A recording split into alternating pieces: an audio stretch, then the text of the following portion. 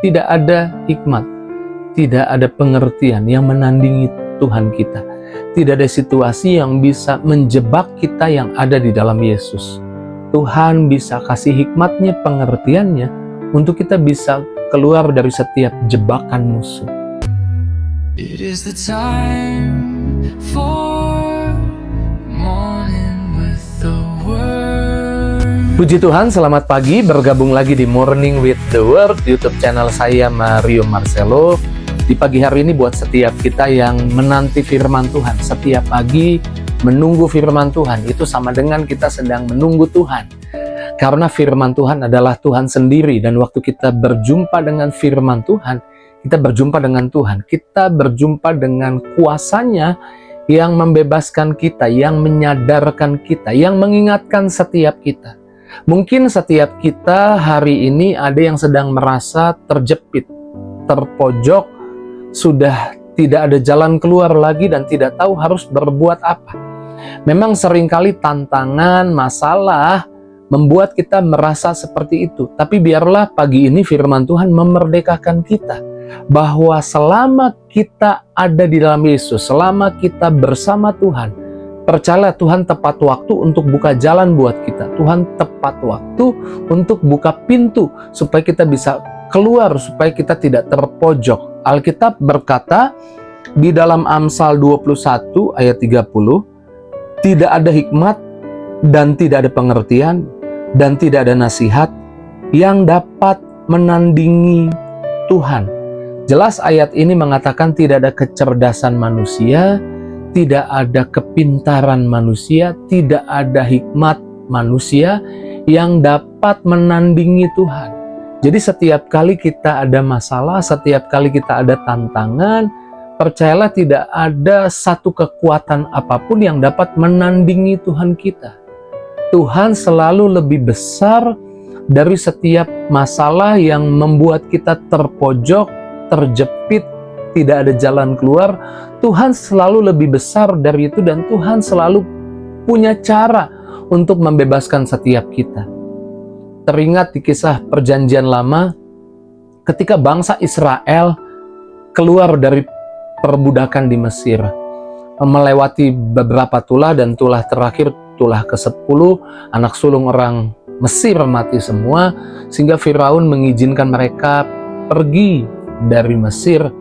Tapi ketika mereka masih di tengah jalan, Firaun berubah pikiran untuk memerintahkan pasukannya mengejar orang-orang Israel di bawah kepemimpinan Musa. Dan Alkitab berkata bahkan Firaun mengejek Musa, mengejek orang Israel dengan berkata di Keluaran 14 ayat yang ketiga, maka Firaun akan berkata tentang orang Israel, mereka telah sesat di negeri ini, padang gurun telah mengurung mereka, karena di kanan kiri mereka padang gurun, dan mereka berjalan atau lari ke arah laut. Di depan ada laut, di kanan kiri ada padang gurun, dan di belakang ada tentara Mesir yang mengejar. Ini keadaan yang terjepit. Ini adalah keadaan yang terpojok. Tapi ingat, tidak ada hikmat, tidak ada pengertian, tidak ada satu kekuatan yang dapat menandingi Tuhan kita. Tuhan selalu punya cara untuk membebaskan umatnya. Dan surprise bagi Firaun dan tentaranya ketika melihat Musa kemudian menggunakan tongkatnya berdoa dan membelah laut itu. Laut itu terbelah sehingga orang Israel bisa menyeberang di tanah yang kering. Begitu mereka sampai ke seberang, tentara atau pasukan Mesir coba mengejar dan jalan juga di belahan laut itu. Tapi ketika orang Israel sudah sampai semua ke seberang, dan sementara pasukan tentara Mesir masih di tentangan, yaitu tanah kering lautan itu, laut itu kemudian terbenam kembali.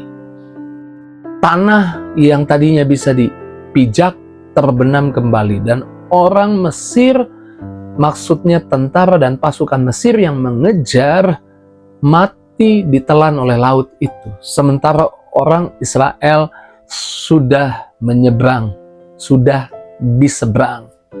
Tidak ada hikmat, tidak ada pengertian, tidak ada kecerdasan yang bisa menandingi hikmat Tuhan kita. Di situasi terpojok apapun, percayalah, ketika engkau mengandalkan Tuhan, Tuhan punya cara yang ilahi, yang melampaui kecerdasan manusia, yang melampaui logika manusia, yang melampaui setiap pemikiran orang. Tuhan bisa membuat jalan keluar bagi hidupmu. Kamu gak pernah terpojok, terjepit ketika kamu bersama Tuhan. Bahkan di perjanjian baru, kalau tadi perjanjian lama, saya sekarang ke perjanjian baru. Ketika Yesus coba dijebak dengan cara, yaitu ahli Taurat, orang Farisi, membawa wanita yang kedapatan berzina. Yesus sering mengajar tentang kasih. Mereka menguji Yesus. Jika Yesus tidak mengizinkan, apakah Yesus melanggar hukum Musa? Karena hukum Musa berkata wanita itu harus dirajam. Dan ketika wanita itu dilempar ke hadapan Yesus, ini sebuah ujian. Mungkin orang Farisi ahli Taurat berpikir bahwa Yesus terpojok, terjepit. Dan kalau Yesus berkata, rajam dia sesuai dengan hukum Musa, maka Yesus menentang pengajaran yang selama ini mengajarkan tentang kasih. Tapi jika Yesus melarang mereka merajam, artinya Yesus melanggar hukum Musa. Tapi sekali lagi, tidak ada hikmat, tidak ada pengertian, tidak ada kecerdasan yang dapat menandingi Tuhan kita. Di dalam Yesus ada hikmat Tuhan. Tuhan Allah beserta dengan Yesus, sehingga Yesus tidak terpojok, tidak terjepit, tidak kebingungan. Dan Yesus berkata di dalam Yohanes 8, barang siapa yang tidak pernah berbuat dosa, silahkan lempar duluan.